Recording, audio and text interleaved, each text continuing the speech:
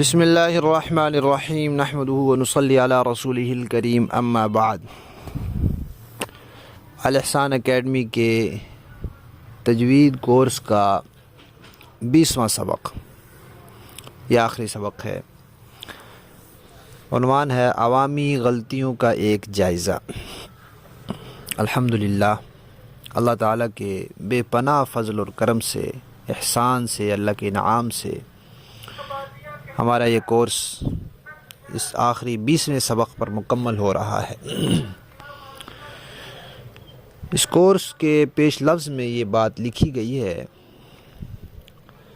کہ اس کورس کا اصل مقصد اسکول، کالج، یونیورسٹی کے طلباء و طالبات اور عام مسلمانوں کو تجوید کے بنیادی مسائل سے آگاہی اور قرآن پاک کے حروف و کلمات کی ادائیگی میں تصحیح کا موقع فراہم کرنا تھا۔ لہذا ہم نے اس کورس میں انہی چیزوں کو ترجیح دی ہے جن کی عام مسلمانوں کو عملی طور پر ضرورت ہوتی ہے، اور اس کورس کے دوران ہم کہیں کہیں بتاتے آئے ہیں کہ تجوید کے حوالے سے عوام یہ غلطی کرتے ہیں، یہ عوامی غلطی ہے، یہ عوامی غلطی ہے۔ ہم ان کی طرف توجہ دلاتے آئے ہیں تاکہ ان سے بچنے کا اہتمام کیا جائے۔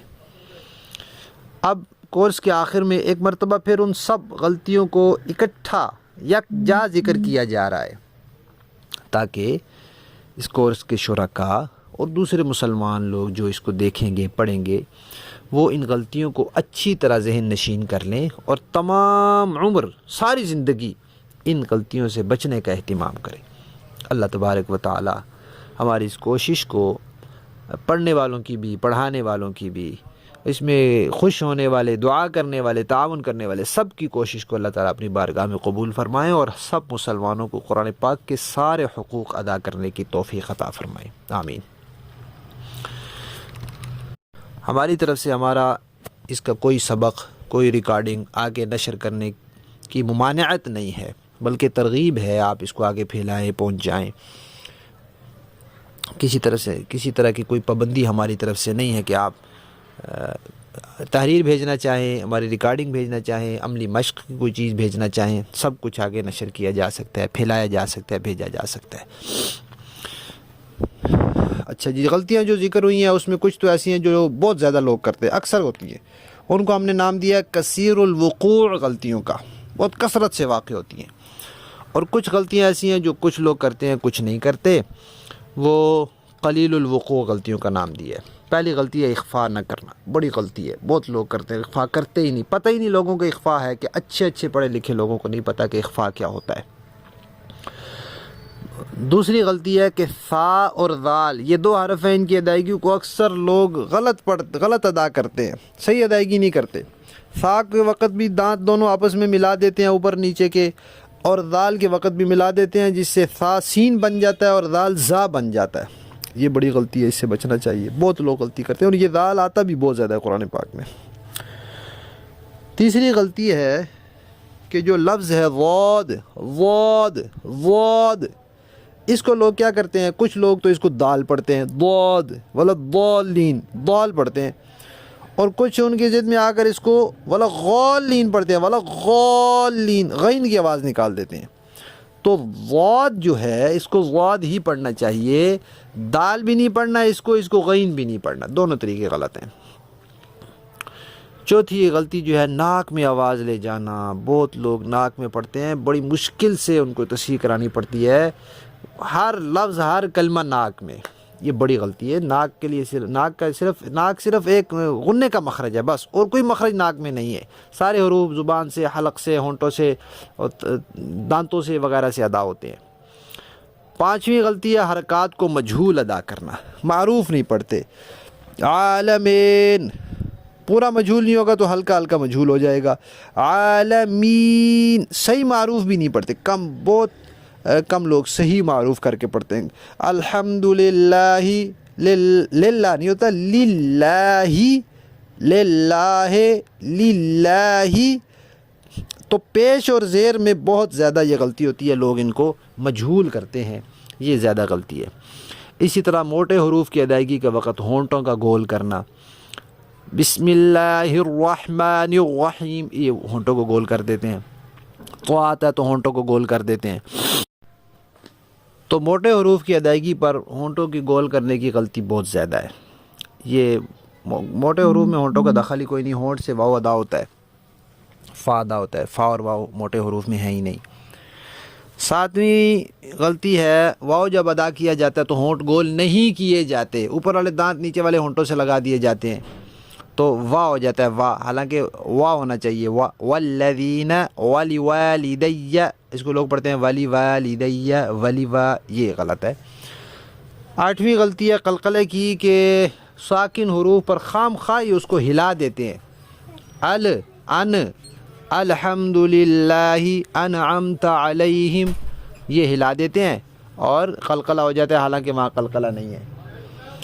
آگے ایک ملاحظہ ہے کہ کچھ حروف ایسے ہیں جن کے مخرج قریب قریب ہیں یا صفات قریب قریب ہیں یا مخرج میں شریک ہیں یا صفات میں شریک ہیں، اس وجہ سے ان کی آوازیں آپس میں مل جاتی ہیں. تا اور طا، ثا اور سین، حا اور ہا، ذال اور زا، سین اور صاد، غاد اور ضا، عین اور حمزہ، قاف اور کاف. یہ تو ان حروف کو خاص دھیان سے پڑھنا چاہیے کہ طا تا نہ ہو جائے اور تا طا نہ ہو جائے، ثا سین نہ ہو جائے، سین ثا نہ ہو جائے. ان کو دھیان میں رکھنا ہے. یہ کثیر الوقوع غلطیاں ہیں. اس کے بعد ہیں جی قلیل الوقوع غلطیاں. یہ بھی غلطی کرتے ہیں لوگ، لیکن جتنی زیادہ وہ غلطی ہوتی ہے اتنی نہیں ہوتی. ایک تو ہا ہے، اس کو بہت سے لوگ صحیح مخرج سے ادا نہیں کرتے، ہا کے بجائے ہا ادا کرتے ہیں. اسی طرح صاد ہے، اس کے بجائے سین ادا کرتے ہیں. طا ہے، اس کے بجائے تا پڑھتے ہیں. عین کے بجائے حمزہ پڑھتے ہیں اور قاف کے بجائے کاف پڑھتے ہیں. یہ بھی ہم نے پیچھے بتایا ہے. دوسری وجہ حرکات کو کھینچ دیتے ہیں. حرکات کو کھینچ دیتے ہیں. مثلا الحمدو پڑھنا ہے تو اس کو پڑھیں گے الحمدو، تو وہ ایک حرف ہی زیادہ ہو جاتا ہے. تو بلا وجہ حرکات کو کھینچ دیتے ہیں. واو نہیں ہے پیش کو کھینچ دیا، الف نہیں ہے زبر کو کھینچ دیا، یا نہیں ہے زیر کو کھینچ دیا، تو وہ واو الف یا بن جاتا ہے، حرف زائد ہو جاتا ہے. اور کہیں واو الف یا ہوتا ہے اور اس کو کھینچتے نہیں. لم یلد ولم یولد ہے نا، اس کو ولم یولد پڑھ دیں گے، واو چھوٹ جائے گا بیچ میں سے. تو یہ غلطی بھی ہوتی ہے. اسی طرح ایک غلطی ہے کہ کاف کو کھے پڑھتے ہیں. ایاک نعبد و ایاک، کھا، یہ کھا پڑھتے ہیں. یہ غلط ہے بالکل. کھے کوئی عربی میں حرف ہوتا ہی نہیں. اور تا کو تھے پڑھتے ہیں. نستعین، یہ بھی غلط ہے بالکل. 5ویں نمبر پر عین کو بعض لوگ اس طرح پڑھتے ہیں کہ بہت ایسے لگتا ہے جیسے گلا گھونٹ، عین جیسے کسی نے گلا گھونٹ دیا ہو. یہ کیفیت نہیں ہونی چاہیے. 6ٹھی غلطی یہ ہے کہ ہا جب ادا کرتے ہیں تو پورے سینے کا زور لگا دیتے ہیں، حالانکہ سینہ ہا کا مخرج نہیں ہے. ہا کا مخرج سینے کی طرف ضرور ہے، لیکن ہا کا مخرج بہرحال حلق ہے. پورے سینے کا زور نہیں لگنا چاہیے. اور 7ویں غلطی یہ ہے کہ آیت چل رہی ہے، اب درمیان میں رکنا پڑا. اب رک گئے تو آخری حرف کو ساکن نہیں کرتے. مثلا ایاک نعبد و ایاک، میں نے نعبد پہ وقف کرنا تھا تو لوگ کیا کرتے ہیں، ایاک نعبد، سانس توڑ دیا اور نعبدو پڑھ دیا. حالانکہ جب سانس توڑنا ہے تو نعبدو نہیں پڑھنا ہے، نعبد، آخری حرف کو ساکن کرنا ہے، یہ ضروری ہے. تو یہ نہیں کرتے، آخری حرف کو ساکن نہیں کرتے. اس طرح کئی جگہ رکنا پڑ جاتا ہے، سانس ٹوٹ گیا، وہاں وقف تو تھا نہیں، وقف کی علامتیں ہم نے پڑھ لی ہیں. اب جب رکنا پڑا وہاں رک گئے، پھر وہاں سے آگے چل پڑے، پیچھے سے ساتھ نہیں ملایا. یہ بھی غلطی ہے، پیچھے سے ساتھ ملانا چاہیے. اور کئی جگہ ایسے ہوتا ہے کہ وقف کر دیتے ہیں، وقف کرنا ہوتا ہے لیکن کر سکتا دیتے ہیں. مثلا الحمدللہ رب العالمین پر وقف کرنا ہے نا، تو یہاں سانس بھی توڑنا چاہیے. سانس نہیں توڑیں گے، الحمدللہ رب العالمین الرحمن الرحیم، سانس اسی طرح چل رہا ہے تو اس کو تو سکتہ کہتے ہیں. اگر آپ کا سانس جاری ہے تو آپ وقف نہ کریں، آپ زبر کے ساتھ اس کو پڑھیں، ملا کے پڑھیں. اور اگر آپ نے ساکن کیا ہے، وقف کیا ہے، تو پھر سانس توڑیں تاکہ یہ وقف ہو، سکتہ نہ ہو. اور کئی لوگ سکتے کی جگہ وقف کر دیتے ہیں کہ سکتے کی جگہ ہم رکے نا، بل رانا، تو وہ بل کے بعد سانس بھی توڑ دیتے ہیں. تو یہ غلطیاں ہیں، ان غلطیوں سے بچنا ضروری ہے تاکہ قرآن پاک صحیح پڑھا جائے۔ ایسا نہ ہو کہ ہم قرآن پڑھ رہے ہوں ثواب کے لیے اور غلط سلط پڑھا جانے کے سے ہمیں گناہ ہو رہا ہو۔ الحمدللہ ہمارا یہ کورس مکمل ہوا، اللہ تعالیٰ اس کو قبول فرمائے اور ہمیں قرآن پاک کے حقوق ادا کرنے والا بنائے، آمین۔